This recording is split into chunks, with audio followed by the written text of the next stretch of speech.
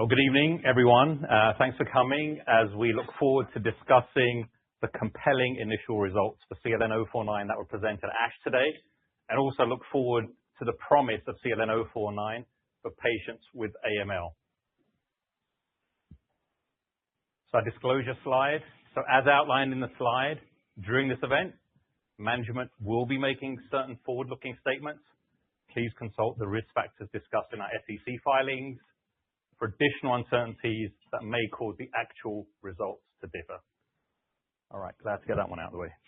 Okay, so turning to this evening, I'm very pleased to welcome Dr. Jeff Jones, our Chief Medical Officer, and we're especially pleased to welcome Dr. David Salman from the Moffitt Cancer Center, where he's associate member, a myeloid section head, also the Research Institute. And now, not only is Dr. Salman a leading investigator in our study, he's also a leading researcher in the field of p53 mutated AML and MDS, which you'll see is very, very important for the content today. So I'm going to start out by outlining our broad pipeline strategy as a company. Jeff will then recap the results for 049 that were presented today, and also talk about immediate next steps for development. Dr. Salman is going to cover the current treatment of AML, including the need for more broadly applicable treatments, and especially new treatment options for patients with p53 mutated AML, which is a very poor prognosis disease. And then I'll conclude by outlining our development and regulatory strategy for CLN-049, and also frame the potential commercial opportunity. And then we'll open up the session for Q&A. I will say at Cullinan Therapeutics, we're very excited to be entering a rich catalyst period in 2026, starting from today and enabled by our pipeline strategy. And so now we have a de-risk pipeline of 4 clinical programs that are either first or best in class. And the reason I say de-risk is because each molecule is addressing a high impact clinically validated target. Each molecule has already demonstrated monotherapy efficacy in the clinic, and each program is addressing large market opportunities. And so for the purposes of this talk, I'm going to be focusing on 2 of our T-cell engager programs that we consider high priority. And if you look at our pipeline, the majority of our programs now are T-cell engagers, which is a core capability of our company, and of course, a highly promising treatment modality, not only for oncology, but also for autoimmune diseases. And so let me start with the immunology side of the business. With CLN-978, our CD19 by CD3 bispecific T-cell engager, we have the opportunity to generate multiple value-creating milestones in the first half of the upcoming year. So very excited about that. And if we dive deeper into the program, with CLN-978, we clearly have a highly differentiated molecule and a best-in-class potential for the treatment of autoimmune diseases as a disease-modifying treatment.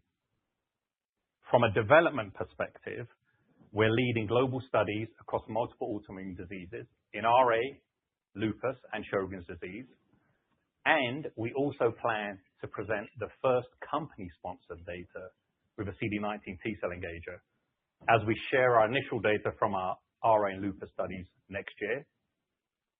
The other thing I'll add, if you've been attending immunology conferences, is that we now have clear external validation of our approach. Data from both ACR more recently and EULAR this year clearly underscores the importance of T-cell engagers for the treatment of autoimmune diseases, as does the persistent interest by large pharma demonstrated by multiple M&A opportunities and transactions in the space.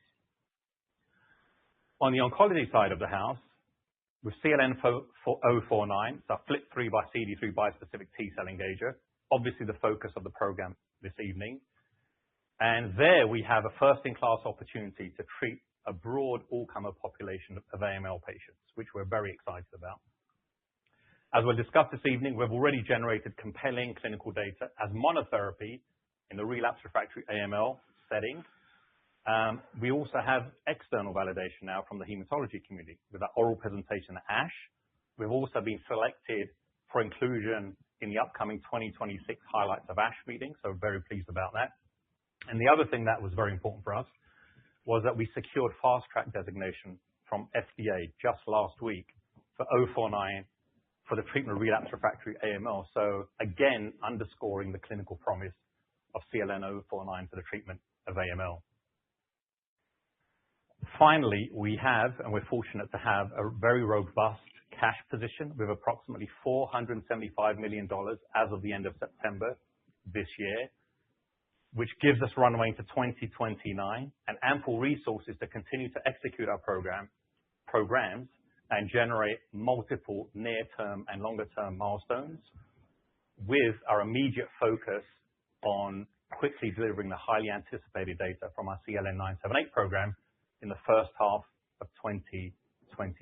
So hopefully I gave you an outline of our overall pipeline strategy and what we've got going on, especially in the space of T-cell engagers. I'm now going to turn the program over to Jeff, who's going to cover and recap the CLN-049 results that were presented today.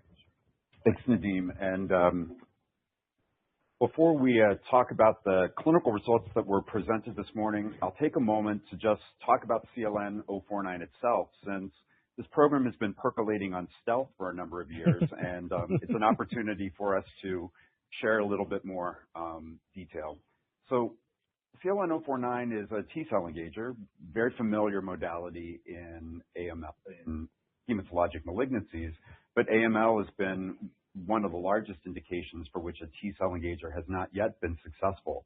And we think that's what gives us a first-in-class opportunity for an immunotherapy for AML, but also a first-in-class potential to use the FLT3 target as an antigen for the immune therapy. And so in this case, CLN-049 is a FLT3-directed T-cell engager, and FLT3 presents several features that give it potential both on the safety side as well as on efficacy. For the safety argument, FLT3 expression is nearly uniform on patients with AML.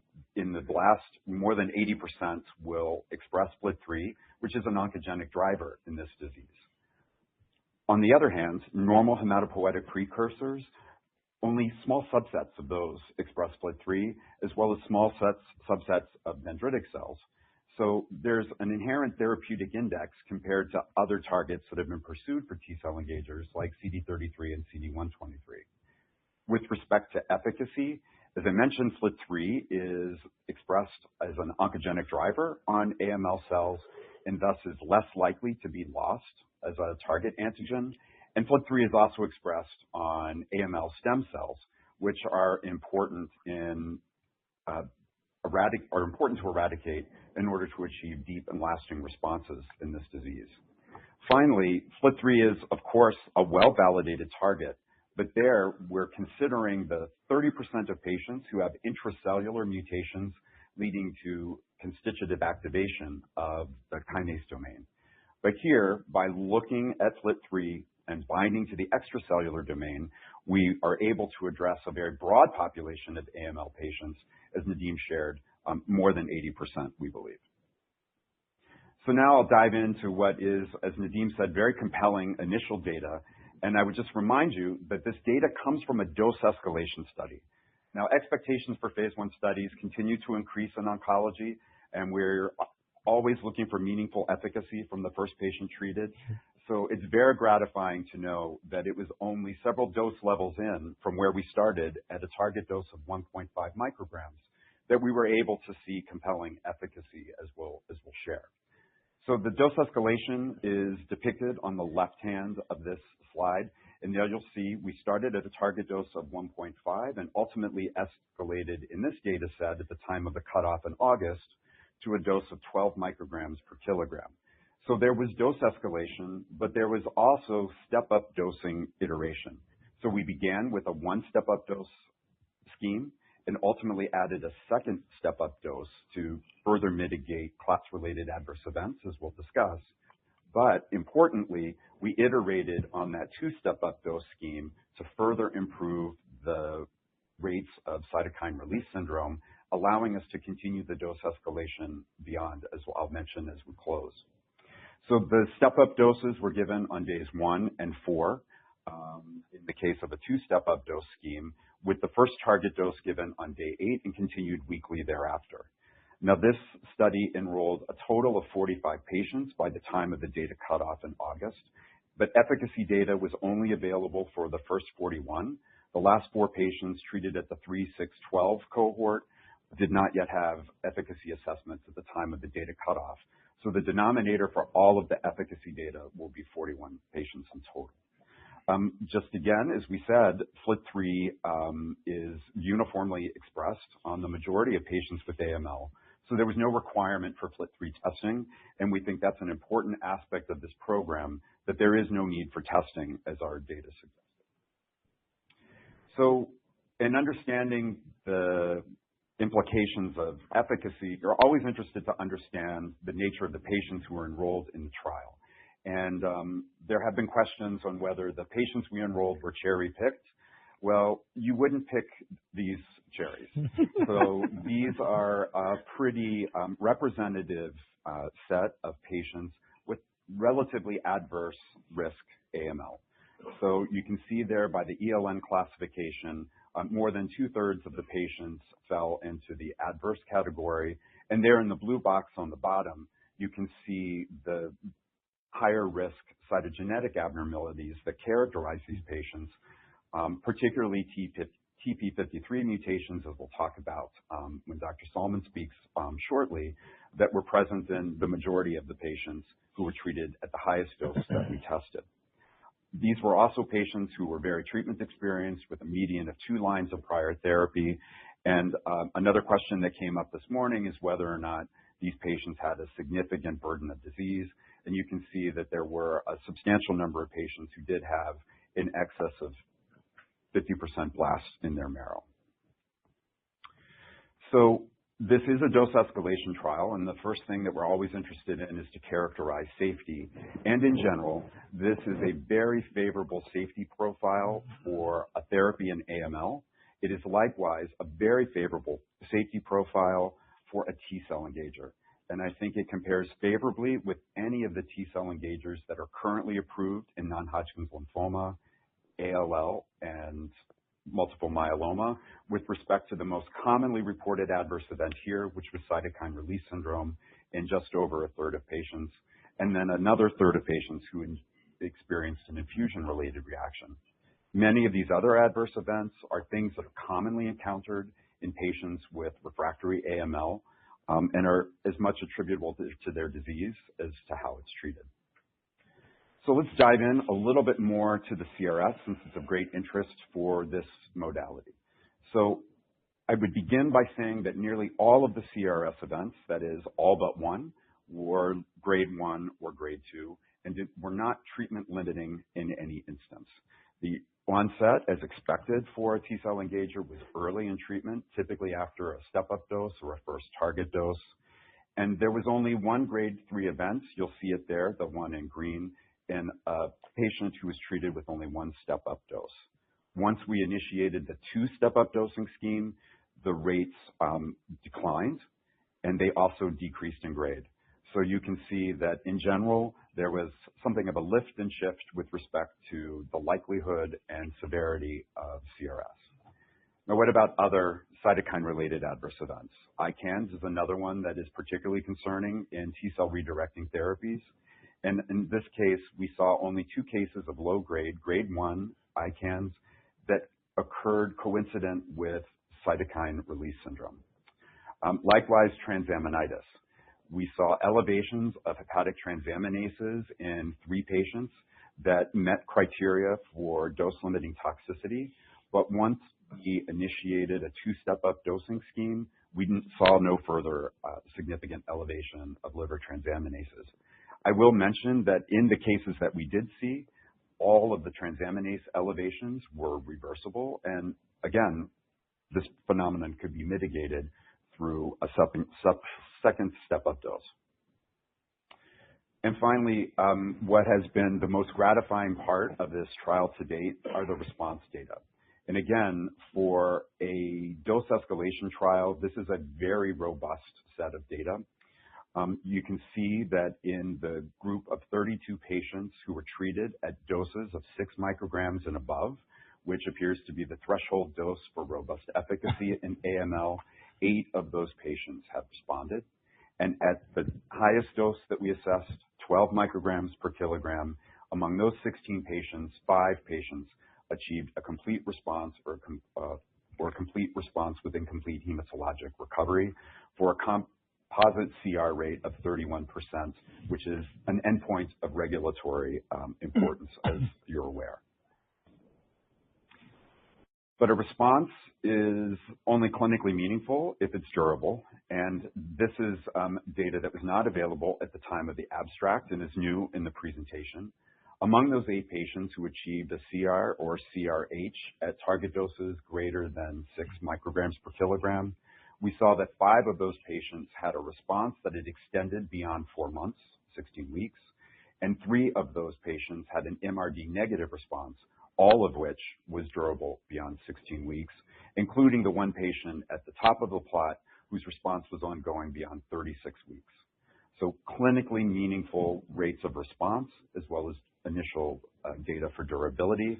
And this therapy also allowed 2 patients to go on to potentially curative therapy with hematopoietic stem cell transplant.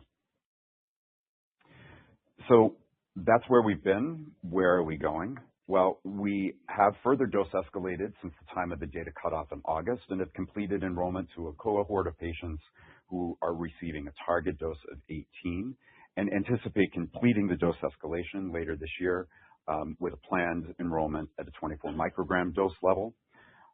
At this point, 53 patients have been enrolled to date, so a pretty substantial group of patients enrolled since we began this phase of the trial a year ago summer. So very, very exciting to see the way that our investigators are interested in helping us explore this exciting new drug.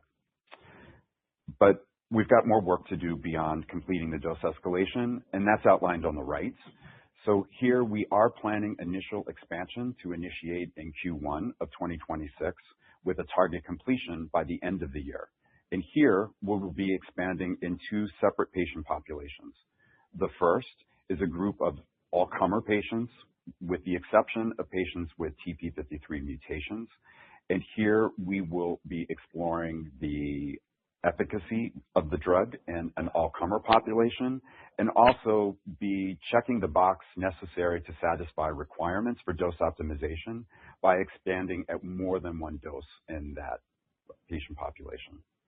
In parallel is another important patient population with an exceptionally high unmet need, patients with TP53 mutated AML. And here, not only are we enrolling patients with relapsed refractory disease, but also patients who have not received prior therapy, so frontline patients where the recommendation for most treatment guidelines is to pursue clinical trial. So this will be an opportunity to assess a broader population of patients with TP53 mutated AML. So just to summarize the key points from the presentation, and again to emphasize why we are particularly excited about what we have already been able to demonstrate, and that is, again, compelling clinical activity, particularly in the patients who were treated at the highest dose we had assessed, 12 micrograms, where the composite CR rate was 31%, the majority of those responses durable beyond 16 weeks. Again, in this relatively older patient population, heavily pretreated, safety is also of great importance. And there it's gratifying as well to see that grade 3 CRS and other dose-limiting adverse events could be mitigated at the highest target doses when the dose step-up scheme was optimized. And as Nadim shared, we will be proceeding under FDA Fast Track designation for further development and are excited that the expansion phase of this trial will be initiated very shortly. And with that, I'll ask Dr. Salman to share his point of view. Thank you so much for joining us tonight. Perfect. Thanks for that beautiful overview. So it's a really exciting time.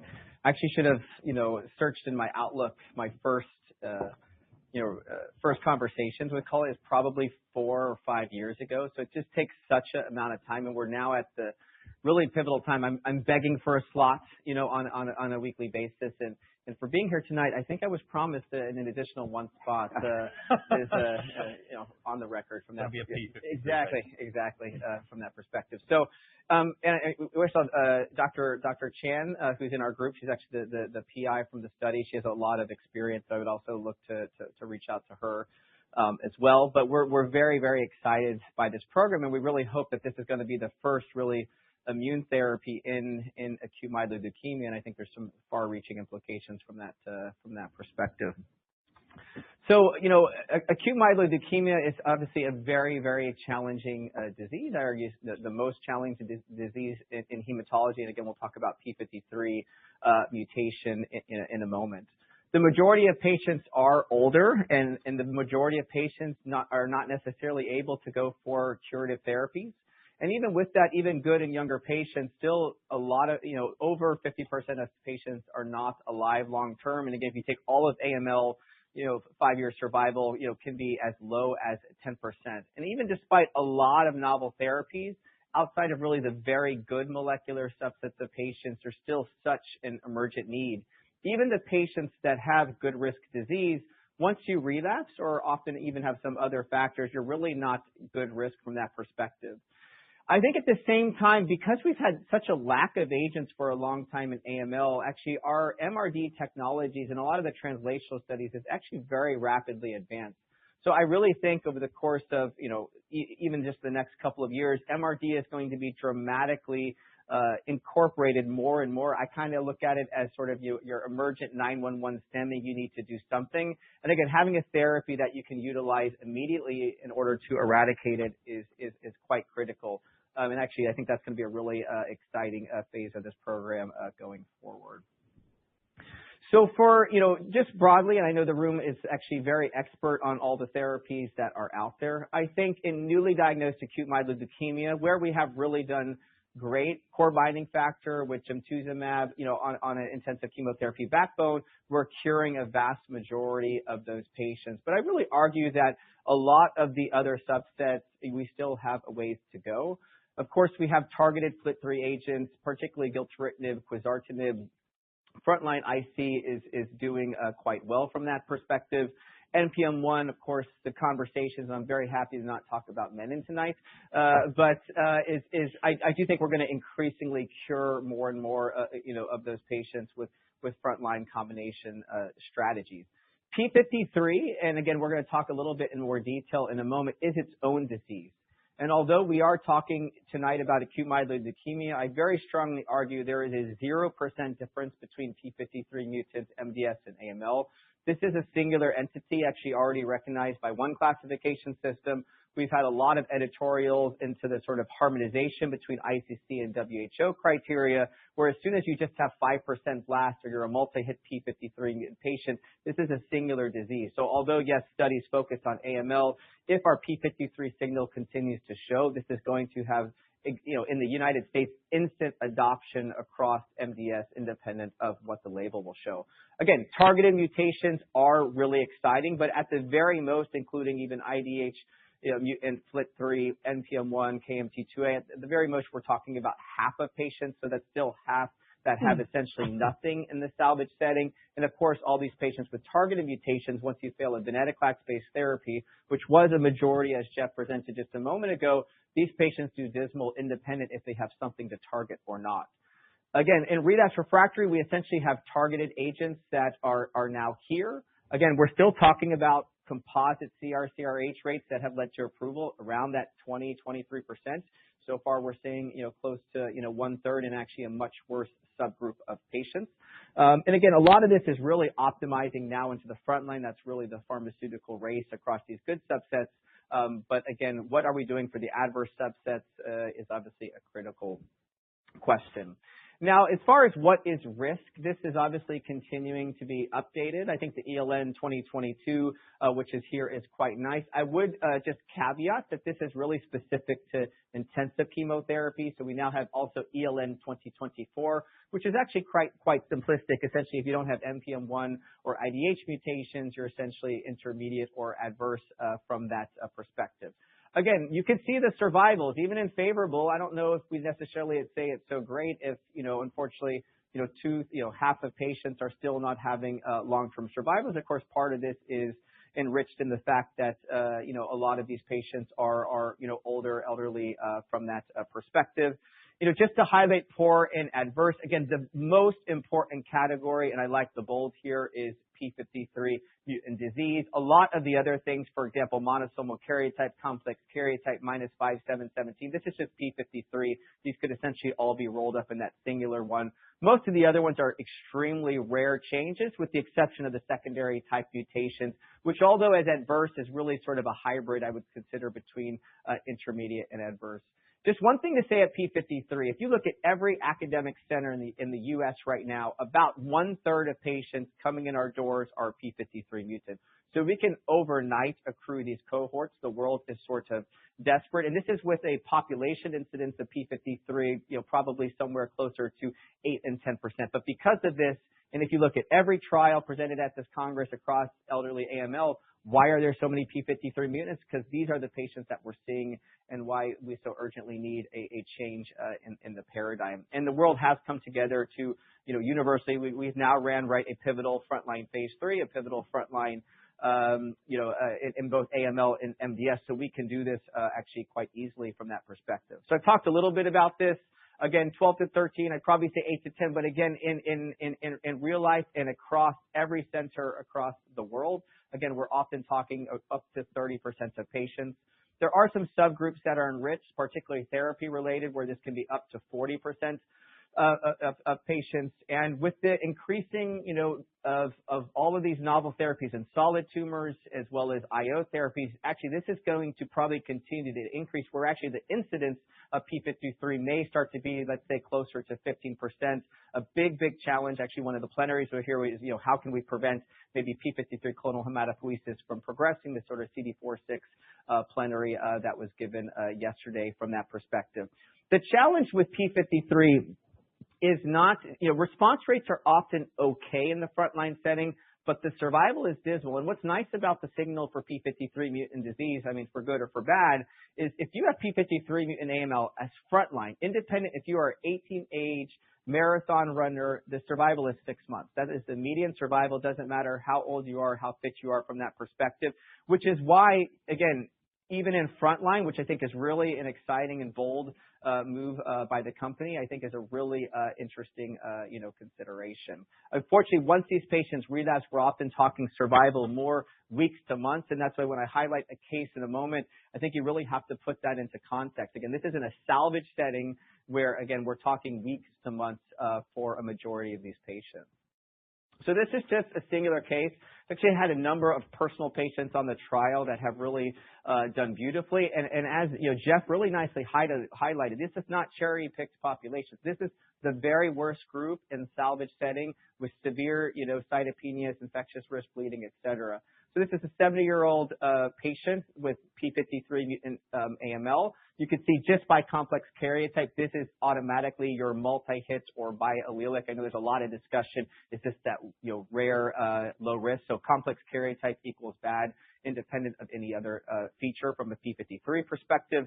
Again, this patient was treated actually pretty aggressively. This was not my personal patient, but would I have treated exactly this way? I don't know. But essentially got a novel combination. Actually, the way I treat P53 is at every step from day one throughout their course in therapy is to try to do something different than normal. So this was a novel combination of essentially CPX plus venetoclax, got sort of a partial remission, which is a sort of unicorn in the state of AML response criteria, but nonetheless was ultimately bridged to stem cell transplant in January of 2023. Now, what we do, and actually we had a nice abstract here at ASH, actually we do universal, essentially, HMA maintenance. Actually, we pitched a pivotal trial. We'll see if this happens within CIBMTR. But, this patient actually did really quite well. I mean, this is actually quite good survival for a multi-hit P53 patient that's bridged to transplant. But ultimately, unfortunately, did relapse. So this patient enrolled on the trial. What's nice with this therapy is responses almost always are quite rapid. So you can see the patient did achieve blast clearance and was actually MRD negative by flow cytometry. I think we've learned, and we're still learning actually a lot, kind of the kinetics of response. So a lot of times we kind of see this emptying of the bone marrow, but fortunately a relatively rapid recovery. So if we only had MLFS and that was all the response that we see, I would not be excited at all, in this patient group, because patients, particularly with P53, need count recovery. You can see relatively rapidly within 2 months had CRH. CRH is an amazing response for any relapsed AML patient. This patient further improved to a full CR, which is a very rare event in P53 mutant patients that relapsed, and had a 6-month optimal response in complete remission before the patient optimally relapsed. Again, some of us can count on one hand across studies the number of patients that achieve this type of response. This just shows the bone marrow biopsy. I'm not a pathologist, but maybe I can fool some people in the room. Essentially looking at the top. So these, things that have a very large purple nucleus that looks a little bit more pale are blasts, which is what the arrows are helping us out for. Bone marrow is essentially, relatively hypercellular for this patient's age. And you can see at just 1 month, essentially all of these blasts are gone. That bottom left picture is really just peripheral blood, which if the bone marrow gets more empty, you see. You can see all the circle white globules essentially as fat, and there's really no blasts. There's just kind of some endothelials and a little bit of other cells. And again, these blasts are eradicated again quite rapidly. Another way to look at it is for CD34, which in general stains the majority of blasts. So essentially anything that's brown is positive. And you can see clearly that at the 1 month mark, all of these blasts are gone. There's no brown. The little brown that you see again is staining endothelials, which do express CD34.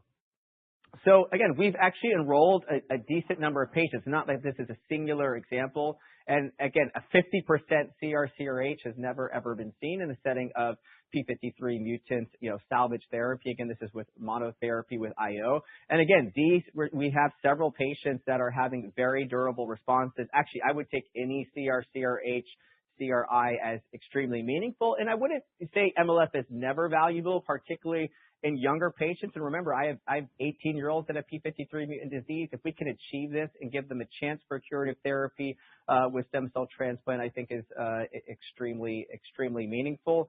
Again, there is nothing really competitive on earth as far in this disease, particularly when we're talking about the salvage setting. And again, we're really, really excited for this next phase. I think what I really, really like is the fact that we're rightly looking at P53 cohort. We're looking at the other cohort. I think we're going to hear about the developmental strategies in a moment.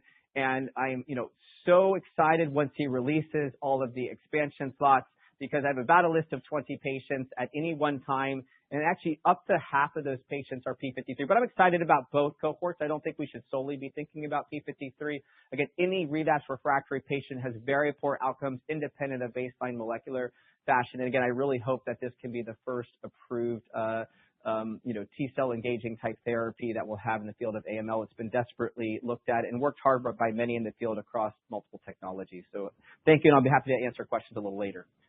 Oh, thank you so much, Dr. Solomon. And before Nadim takes over, I'll just state tonight I had reason to reminisce that during this week, 19 years ago, I began my career as a hematologist attending on a hematology service that was all acute leukemia during ASH while the whole faculty evacuated, which is the short straw of academic medicine.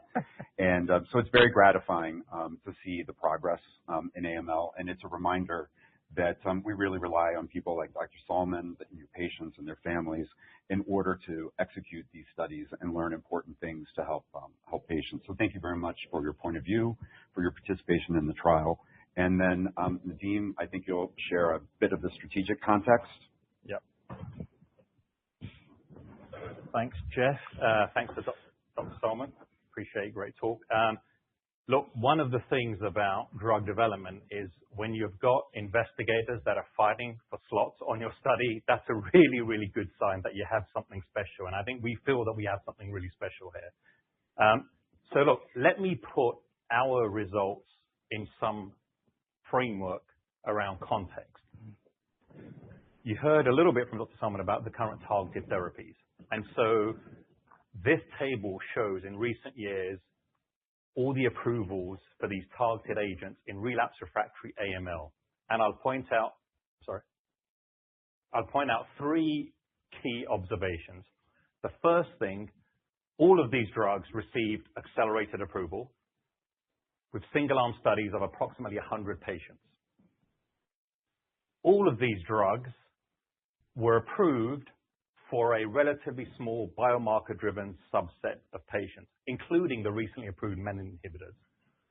And third, these approvals have really kind of set the reference benchmark for approval in the relapse refractory AML setting, which we believe to be a CR/CRh rate of around 20 to 30%, as Dr. Salmon mentioned, and a response duration of 4 to 6 months, a fairly modest hurdle or benchmark for success. You heard from both Jeff and Dr. Salmon, we've delivered promising clinical data in a broad range of AML patients, including patients with P53 AML. And so in many ways, we've actually already met the bar for regulatory success. So that's one thing. And secondly, I think our data now have really opened up the opportunity for a very clear development and regulatory pathway for CLN-049. Now let me talk a little bit about the commercial opportunity. So if you look at the table I just presented, all of these recently approved therapies are addressing relatively small subsets of patients. So in other words, we have a very fragmented relapse refractory AML patient population. In contrast with CLN-049, we have a therapy that can be applied to a broad group of general AML patients. And so with CLN-049, we really have the opportunity to both disrupt and defragment the treatment of AML patients, which opens up a sizable patient population. Dr. Salmon presented the incidence of AML. So just again to remind you, every year in the US, 22,000 patients are diagnosed with AML. And unfortunately, many of those patients, the vast majority will relapse following initial therapy. Now that does create a relatively large relapse refractory pool of patients, which is representative of about $1 billion plus opportunity. When you then expand into the frontline setting with a larger patient pool, increased treatment duration, the commercial value significantly increases and opens up a multi-billion-dollar opportunity for CLN-049. The other thing I'll mention, the combination of the unmet need, the opportunity for CLN-049 to address a broad group of AML patients, and our internal hematology expertise, which more specifically includes deep experience in the development and commercialization of AML drugs, means we have the opportunity to really rapidly execute the development plan for CLN-049. Jeff alluded to the development plan earlier, and as I mentioned again, in this disease, we have a very clear development and regulatory pathway for success with a two-pronged approach. So for relapse refractory AML, it's a monotherapy approach. Starting in 2026, we plan to complete the execution of both dose expansion, dose optimization cohorts, which will give us a recommended phase 2 dose to then initiate a pivotal single-arm study for accelerated approval. At the same time, and in parallel, we're also developing CLN-049 in the frontline setting with a combinatorial approach. So in 2026, we plan to initiate a phase 1/2 study of CLN-049 in combination with standard frontline treatments.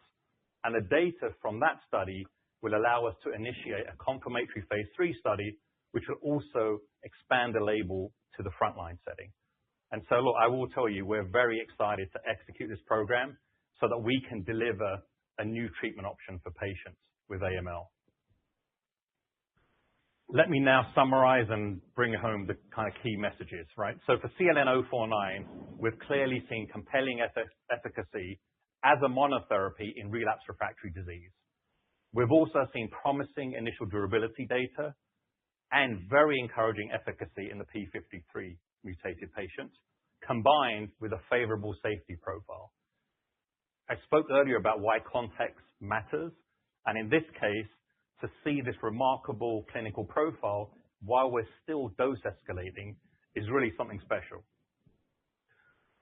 Based on its mechanism of action, all three of us highlighted that CLN-049 can address a broad all-comer patient population of AML patients without the need for biomarker testing. Another key point of differentiation versus current therapies. And as I said earlier, the efficacy data we've generated to date already meets the benchmark for regulatory approval and also opens up a very clear development and regulatory pathway for CLN-049, including accelerated approval with a single-arm study. The combination of our fast-track status and our internal deep expertise in hematology will allow us to rapidly develop CLN-049. And in terms of the commercial opportunity with CLN-049, with the relapse refractory AML segment alone, we have an opportunity north of $1 billion. Expanding into the frontline setting opens up a multi-billion-dollar opportunity for CLN-049. So now let me open up the session for Q&A, and thank you very much for your attention.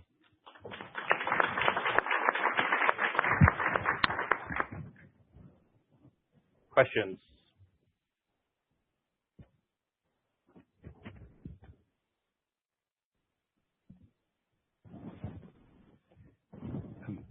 Thanks for that, and congrats on the data. It's Mark Farron from TD Cowen. Maybe for Dr. Salman, you really elegantly talked about the true unmet need in the P53 positive, but can you maybe just talk through a little bit of the unmet need on the other side of the bar on the P53 negatives, and what you would be encouraged by as the experience gets bigger on that side of the setting as well. And then maybe for the company as well, just in AML, I mean, certainly relapse refractory first line like you laid out, but another big opportunity often is the maintenance setting. Just is there a plan there at all?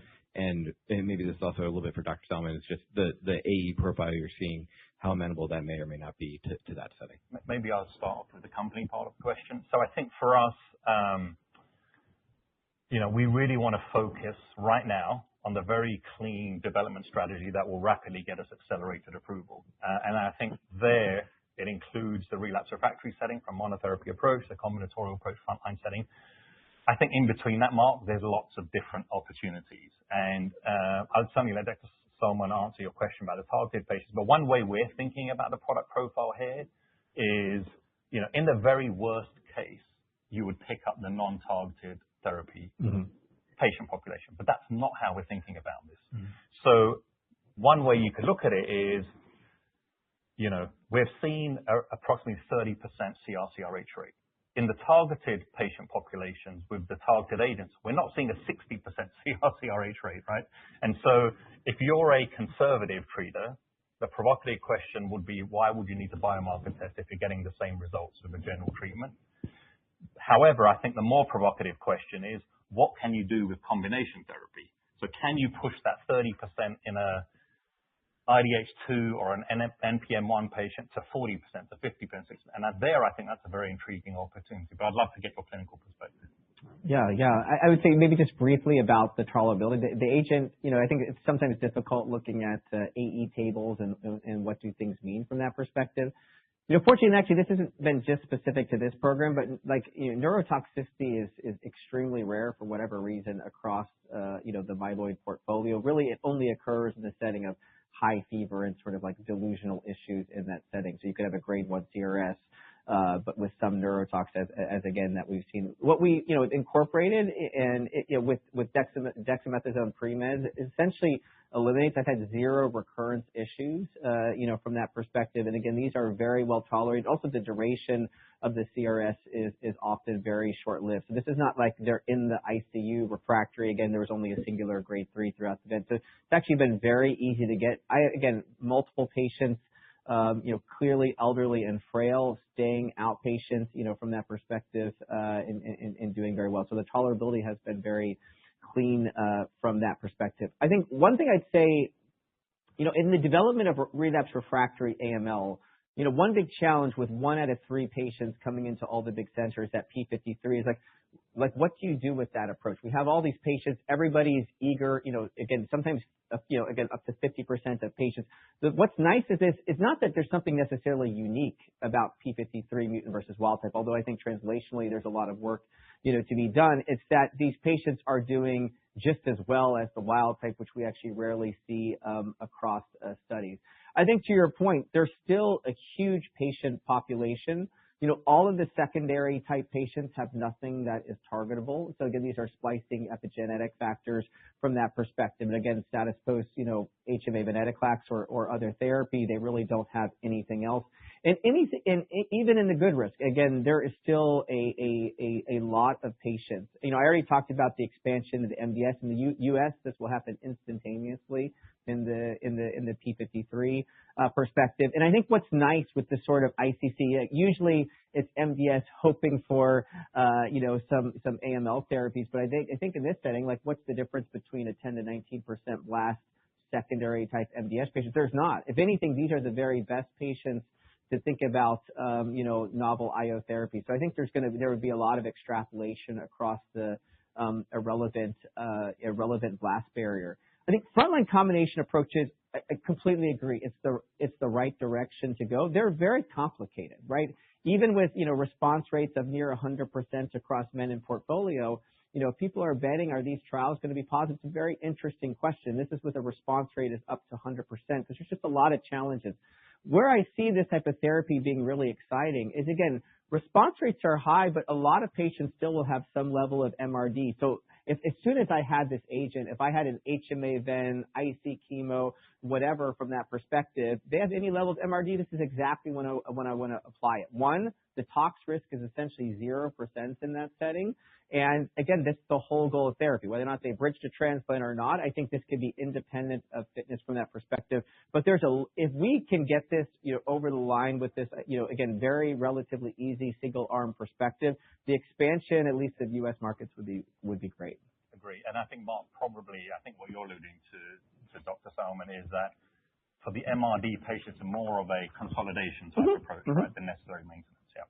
Exactly. Whether or not you need to put all the drugs, as Mark Levis likes to say, in mix it, or again, we can have a little bit more of a strategic approach, which may help from a toxicity perspective. Again, I love, running the frontline, trial from that perspective, but I think there'll be a lot of art to how to expand it once we have, the science really starts once a drug is approved. Matt Bissell-Wimbler, thanks for all the info. For the company, when you're thinking about this dose and step up and everything, how much do you think the first dose matters for trying to really get early control of the blast? You really only tested kind of 1 and 1.5 so far, just moving up. So do you think that can get you more efficacy, or is it trying to get to that higher target dose? I'm not sure how much you're really able to look at changes in between these doses as you're doing some of this initial step up work. Yeah, there's certainly many instances where you sort of experience a kinetic failure, where the kinetics of the disease outpace your ability to escalate. I think this is what you're referring to. It's like to escalate to a therapeutic dose. That's why we did some of the iteration that we did. It's important that the first dose actually be sufficient to have a pharmacodynamic effect with respect to T cell activation that you can assess through modest but not clinically significant cytokine production. If you haven't achieved that, then your step-up dose is probably not effective. I think what we've seen is that the 3/6 scheme is allowing us to escalate beyond where we saw really compelling efficacy. So I'm not concerned that we're at risk for the kind of kinetic issue with this step-up scheme. And then, sorry if I missed it, on the potential pivotal accelerated approval path, is that just in P53 mutants as the first step, or that's all comers? No, that would be, the going-in approach would be all comers. Now, it would be great to see activity in the P53 patient, and I think that opens up a whole other opportunity too.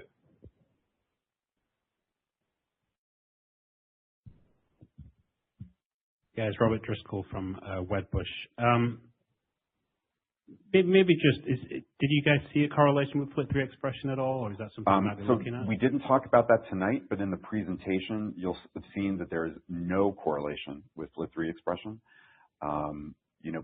T cell engagers are particularly efficient somewhat differentiated from CAR T in being efficient at very low levels of antigen expression. So here, using conventional flow methods, we didn't detect any difference between responders and non-responders, which is a great thing if it does open up a very broad opportunity, as we've discussed. And maybe I missed it on some of the swimmer plots, but did you guys treat after transplant in any of the patients that did go through? There were patients who were included who had relapsed after transplant, but we did not continue the drug beyond transplant, no. And I think just to comment on that, it's an interesting group because a lot of patients will have mixed chimeras, and actually the functionality of the T cells may be better. Actually, if you look across CAR T programs, which we have done a lot with not necessarily amazing success, actually a majority of the responses in CAR T and AML have been in the post-transplant relapse, at least with autologous products. So, I think it's a huge unmet need that has nothing. And again, because we have great technology, actually an interesting trial I would love to pitch, let's say, post-approval is for P53, because we're already essentially doing maintenance. Again, that was our abstract, but why not at day 42 or something do this? There's already discussions around prophylactic DLI. We need to be very aggressive with anything to augment GVL. So that would actually be something I would love, to pitch. And we'll mark tonight as the first night it was mentioned from that perspective. I think you just pitched. I think there's a question here. Justin Zelen on for Julian, BTIG. My first question is, what do you attribute your beneficial CRS profile to relative to other approaches here? Is it something with the dose schema or the modality itself? And I'll ask a follow-up.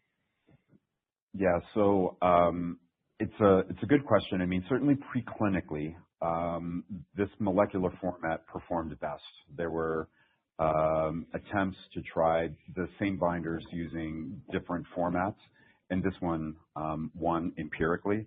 So I think there is something that we're still looking to understand about structure-function relationships with respect to toxicity, and it probably depends on the specific antigen that's being targeted. I also think that there's something unique about FLT3. Its expression is relatively low as compared to something like CD19 on B lineage cells or BCMA on plasma cells, and that may also be beneficial. Yeah, I think to piggyback, because we've done a lot both with CD33 and 123, and I think the fact that there's such broad expression throughout hematopoiesis has been a major issue. 123, and again, excited about some of the data here at ASH, from that perspective.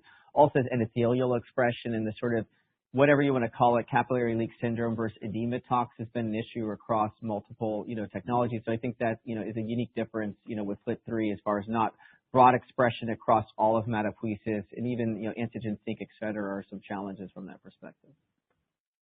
Great. And I was just curious on how you'd expect the data to evolve in earlier lines where you might have higher immune cell fitness in patients. And is the goal here to be a bridge for transplant, or do you think that this can ultimately have durable activity in patients?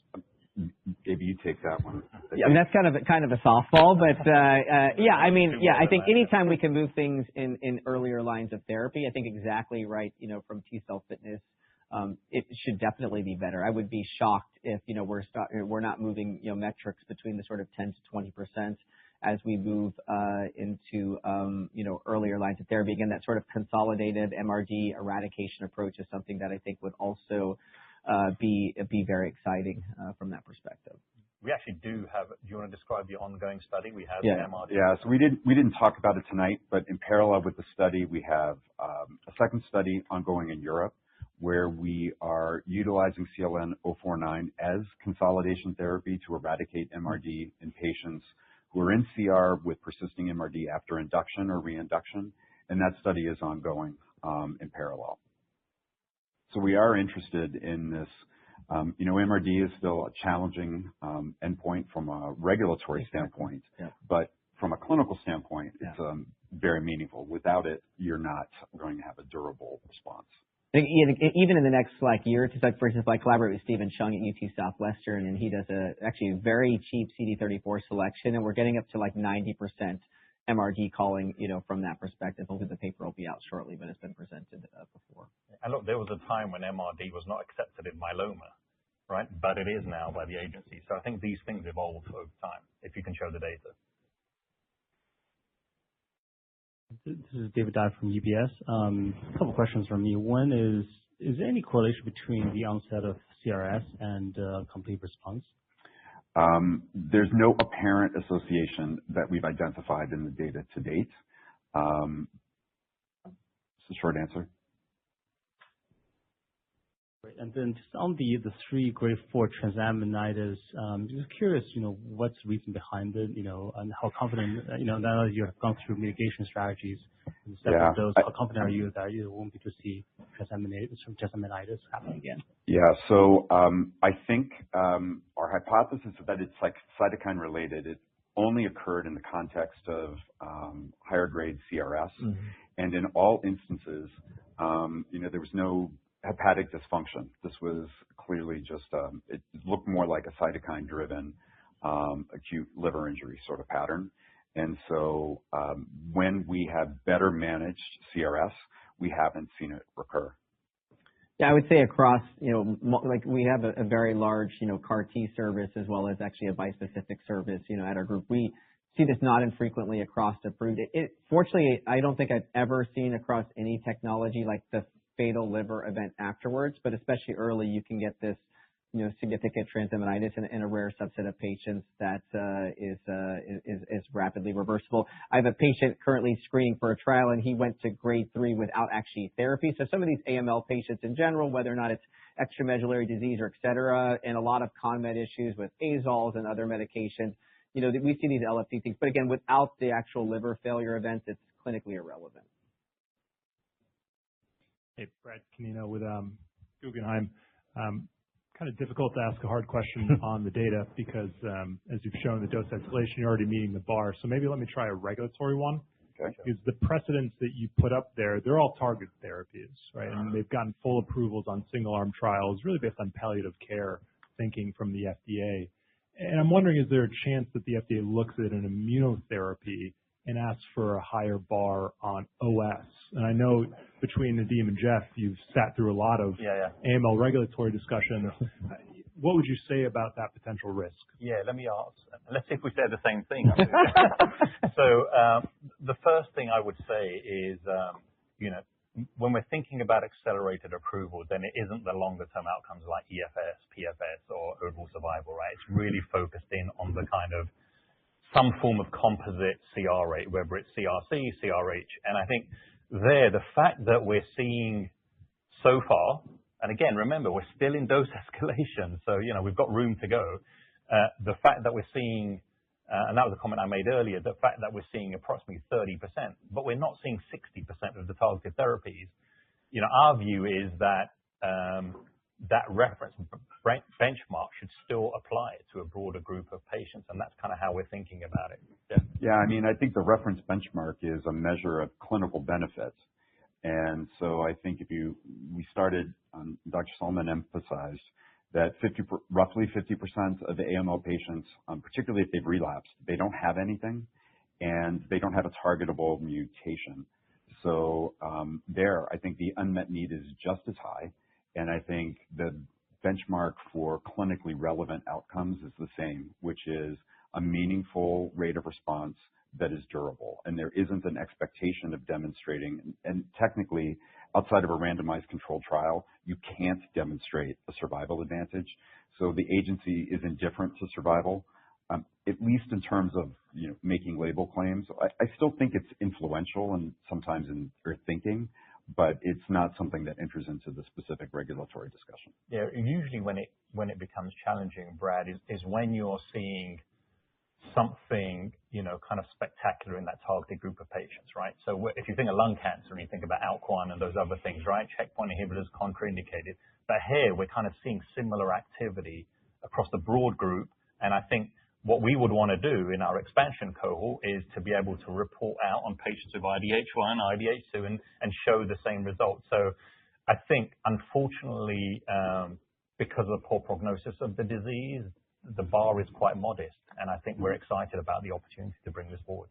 Yeah, and I think regardless of modality, I mean, historically, there are instances where the agency has shown great latitude where companies have demonstrated robust relapse refractory data, and it's led to frontline approvals. And that's in other types of leukemia, but in a very highly, high unmet need population, if the efficacy is compelling, it's difficult to say that patients should have failed some sort of inferior therapy before progressing to something that's more efficacious than a frontline therapy. Okay. Oh, time's up. I guess so very subtle team we have. I still wasn't getting it. Very subtle. Yeah. So look, in closing, the thing I would say is with CLN-049, we're at the very beginning of transforming outcomes in patients with AML, with a therapy that's broadly applicable to a broad segment of AML patients, as we just discussed, independent of the cytogenetic risk factors and mutational status. So that's why we're super excited about this. And when you think about the promise of CLN-049 for AML patients, together with the promise of CLN-978 for patients of autoimmune diseases, I would say Cullinan Therapeutics is really poised to deliver a very exciting and catalyst-rich period in 2026. So thanks again for coming. We look forward to updating you in the future. Thanks, everyone. Thank you.